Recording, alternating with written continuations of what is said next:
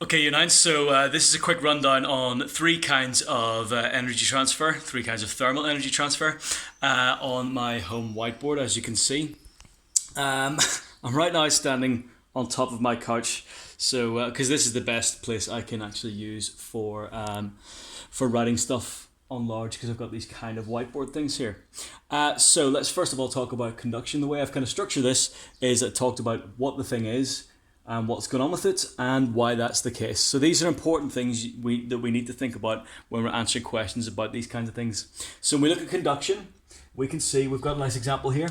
You will most often see it in solids, but it does happen in liquids as well. All right, and the reason for that is that the molecules are close together, and that means that the heat can be passed from one molecule to the next. So it passes along, and because in a solid they're very ordered, the conduction happens very quickly in a solid. Not even looking at the camera, am I? Here I am. And for that reason, it's quite fast, because if you imagine you're hitting these ones up here, and that passes the heat along from molecule to molecule along the way there, okay? Because they're close together, that means that it's reasonably fast in conduction in comparison, for example, to our other kind, which is convection. I've done a little diagram here showing a convection current. So we've got a hot object right there. That heats the molecules rather, the molecules up close to it, gives them more kinetic energy. Remember, they move around a lot more, and that means that over time they'll bump into some other ones and pass that energy along. But because the distance between them is quite large, they are far apart, it happens very, very slowly. Okay?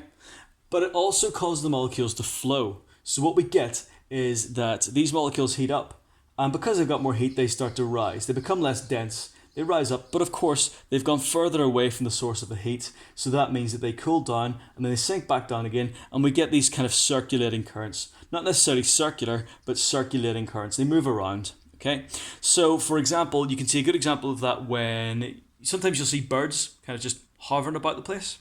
And what they're doing is they're actually using the convection currents of the air, because the earth warms up, which warms the air up actually more than the sun does. It's the earth warming the air back up, which then it rises, and so the birds can just kind of coast around, so they can kind of relax, chill out on the air, looking for a mouse to eat. Last of the three then is radiation. So here we've got our radiation. Yep, there it is. And you've got a hot object, and that gives off heat.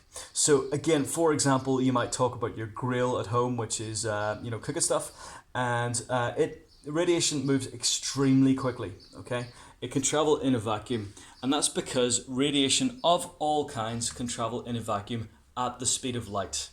Okay, so for example, if that wasn't the case, then we wouldn't get any energy from the sun.